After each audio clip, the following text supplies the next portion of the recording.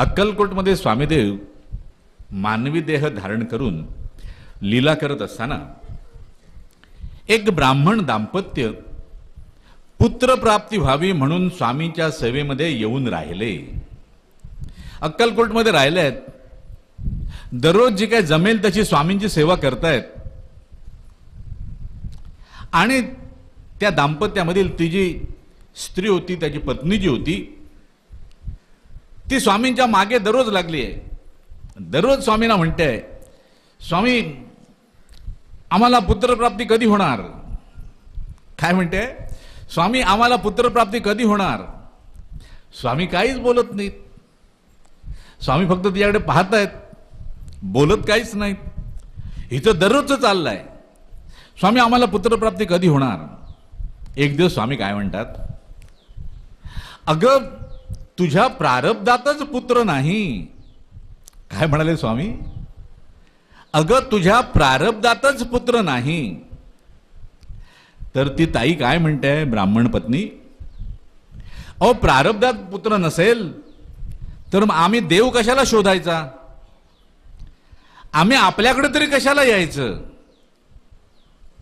काय म्हणाली ती? प्रारब्धातच जर पुत्र नसेल तर आम्ही आपल्याकडे कशाला यायचं? मग आम्ही घरीच बसलो असतो स्वतःला सांगत, काय बाबा आपल्या प्रारब्धात पुत्र नाही तर काय करणार, आपण स्वस्त बसूया. स्वामी भक्त हो, इथे एक सत्य घटना आपल्याला सांगतो. काही वर्षांपूर्वीची गोष्ट आहे.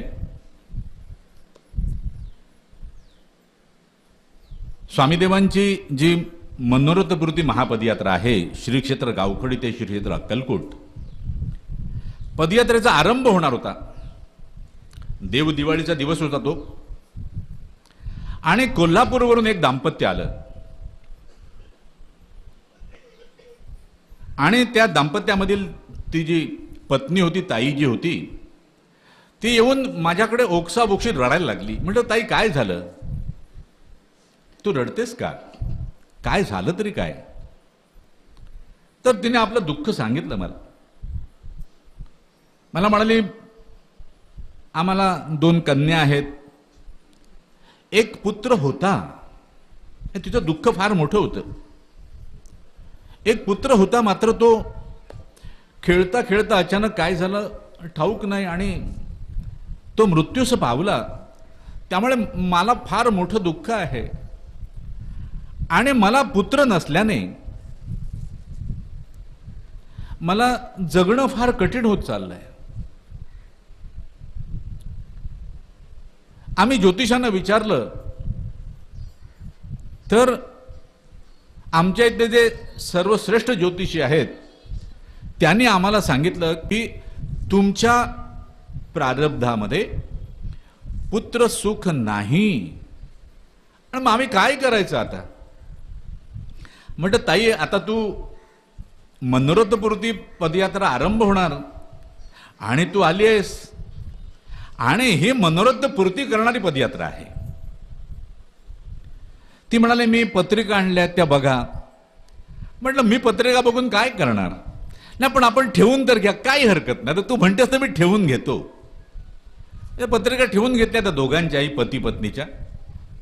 आणि म्हटलं स्वामींवर विश्वास ठेव. ही पदयात्रा सगळ्यांचं मनोरथ सिद्ध करते. त्यामुळे तुला ती टाकून देईल किंवा तुझ्याकडे स्वामी पाहणार नाहीत असं होणार नाही. पण ती काय बिचारी दुःखाने पीडित असल्यामुळे ती अश्रू ढाळीत होती. म्हटलं ती चिंता करू नकोस. पदयात्रा संपन्न झाली आणि काही दिवसानंतर मी मुंबईला असताना त्या दोन्ही पत्रिका माझ्या समोर आल्या. अचानक कशा आल्या काय माहित नाही मला, माझ्या बॅगेतून निघाल्या असतील. अरे मी सहज पत्रिका उघडल्या. मी काय त्यामध्ये पाहिलं नाही, पण मी त्यांना फोन केला, पुढच्या पौर्णिमेला गावखडीला येऊन मला भेटा. ते आले गावखडीला, कारण त्यांना पुत्र हवा होता. आले. का बोलवलं आपण? म्हटलं आता आपण आनंदाचं स्वागत करायला तयार व्हायचं आहे. म्हणजे आम्हाला पुत्ररत्न होणार, स्वामी देतील ना बाबा. आपण आनंदाचं स्वागत करायला तयार व्हायचं आहे.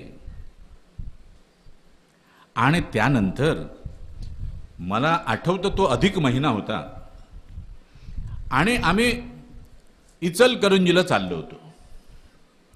जाताना कोल्हापूर मार्गे जाणार म्हणून मी म्हटलं, अरे त्या गृहस्थांना संपर्क करता येईल का? ते म्हणाले हो. त्यांना संपर्क करण्यात आला, त्यांना बोलवण्यात आलं. आम्ही जसा कोल्हापूरमध्ये प्रवेश केला ते तिथे आले मोटरसायकल घेऊन आणि मी त्यांना म्हटलं मला आपल्या घरी यायचं आहे. अरे त्यांना खूप आनंद झाला बिचारांना. आणि आम्ही त्यांच्या घरी गेलो तर त्याच दिवशी त्यांनी अधिक महिन्याचं पूजन त्यांच्या घरी झालं होतं. आम्ही गेलो, त्यांनी आनंदाने स्वागत केलं त्या ताईने. आणि त्या ताईने अधिक महिन्यात तिने एक दीप माझ्याकडे मला दिला. मला म्हणाला मी आपल्या चरणी अर्पण करते हा दीप प्रज्वलित झालेला. मी तो घेतला आणि स्वामींच्या कृपेने त्या ताईला म्हटलं, ताई हा दीप आता तू माझ्याकडून घे, हा मी तुला देतोय. आता तुझ्या घरी कुलदीपक येणार आहे. त्या ताईला आनंद झाला. तिने तो दीप स्वीकारला. आम्ही निघून गेलो. पुढच्याच महिन्यात त्या ताईची पाळी चुकली. आता स्वामींचा पालखी सोहळा चालू आहे. तेव्हाही स्वामींचा पालखी सोहळा चालू होता आणि आम्ही करंजरीच्या जवळपास कुठेतरी होतो आणि रात्री त्यांचा फोन आला. फोडकरांना फोन आला. नाही आम्हाला महाराजांशी बोलायचं होतं. ते म्हणत नाही ते आता पालखी सोहळा चालू आहे त्यामुळे त्यांच्याशी बोलता येणार नाही, तुमचा काही निरोप असेल तर सांगा. नाही त्यांना सांगा की आम्हाला पुत्ररत्नाचा लाभ झाला. श्री स्वामी समर्थ. आपल्याला काय सांगायचं मला की ज्योतिषाने काही खोटं सांगितलं नव्हतं, खरंच सांगितलं असेल कारण त्याने पत्रिका पाहून.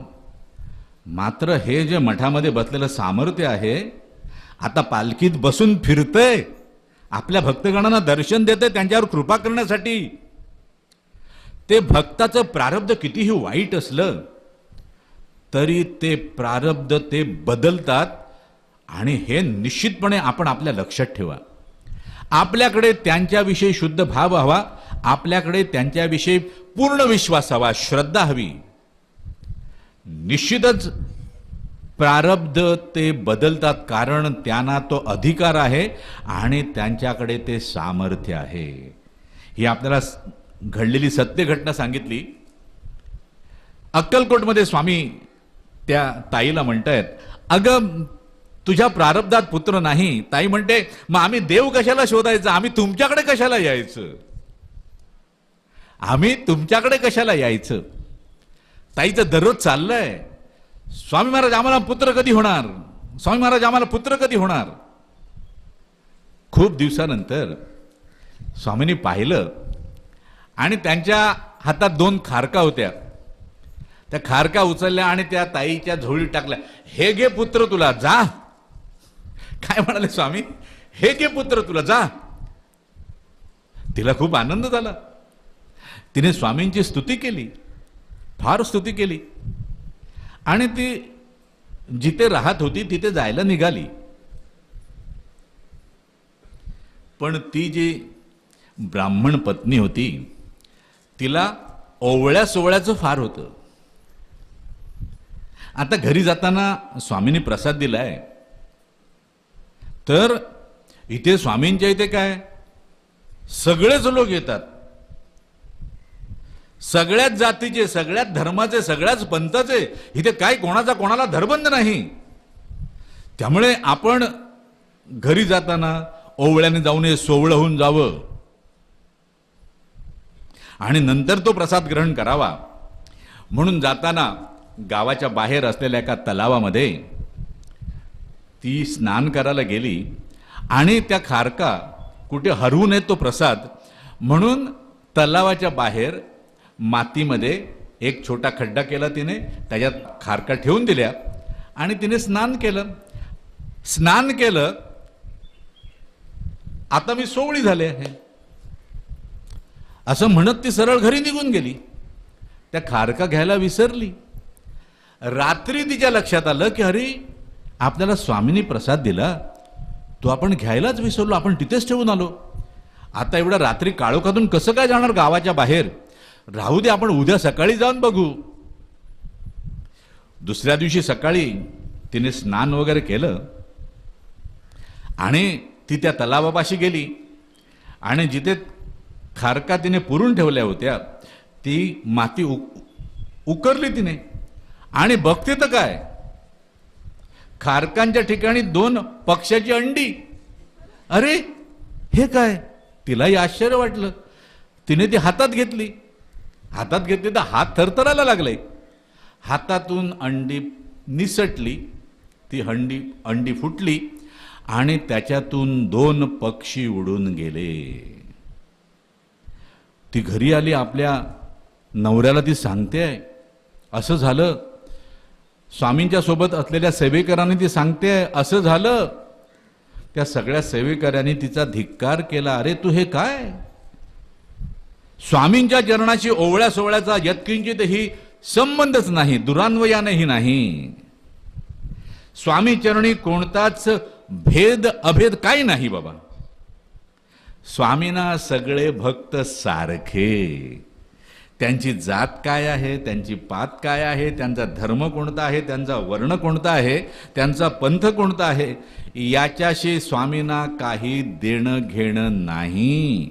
स्वामी केवळ भक्ताचा भाव पाहतात आणि त्याच्यावर कृपा करतात. त्याचं संचित प्रारब्ध काही पाहत नाहीत, ते सगळं पुसून टाकतात आणि त्याच्यावर कृपा करतात. म्हणून आपण ही एक गोष्ट लक्षात ठेवावी.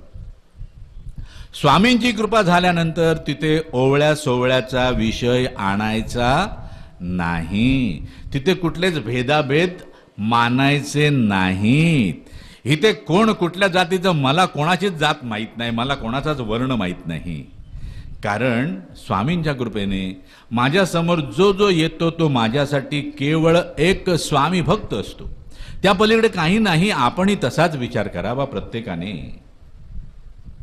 त्या ताईचं असं झाल्यानंतर ती स्वामींकडे जाऊन आता काय सांगणार? स्वामींकडे जाऊन काय सांगणार?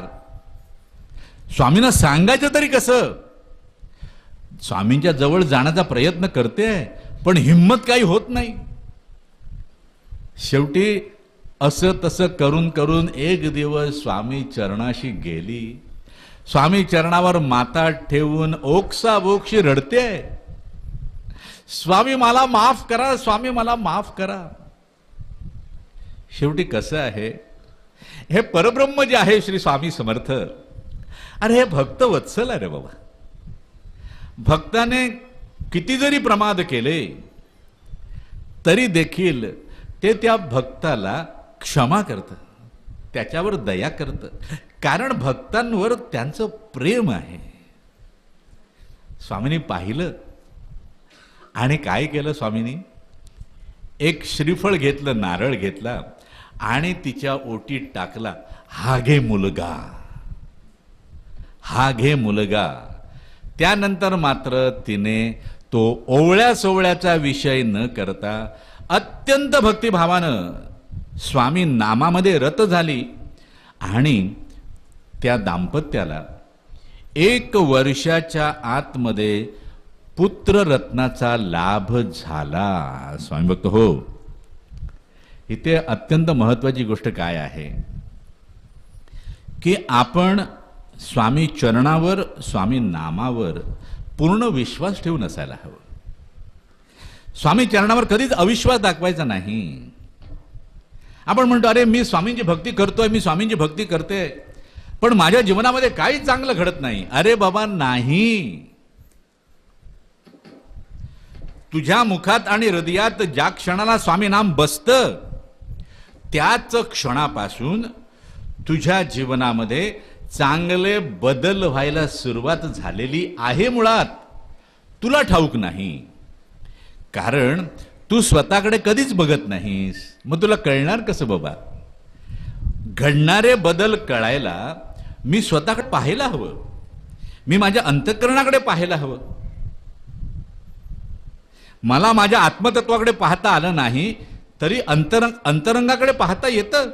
ते पाहावं म्हणजे आपल्या लक्षात येतं की होय, ज्या दिवसापासून मी स्वामी कृपा छत्राखाली वावरायला लागलोय, स्वामी नाम मुखात आणि हृदयात बसवलंय, स्वामी चरण धरले आहेत, त्या दिवसापासूनच माझ्या जीवनामध्ये चांगले बदल व्हायला सुरुवात झालेली आहे. आणि म्हणून मी स्वामी चरण कधीच सोडायचे नाहीत, स्वामी नाम कधीच टाकायचं नाही. कारण हळूहळू घडणारे बदल एक दिवस माझं जीवन सुख सौख्यानं आनंदाने निश्चितपणे भरून टाकणार. होय, निश्चितपणे टाकणार. मात्र त्यासाठी आपल्या ठायी धैर्य असायला हवं.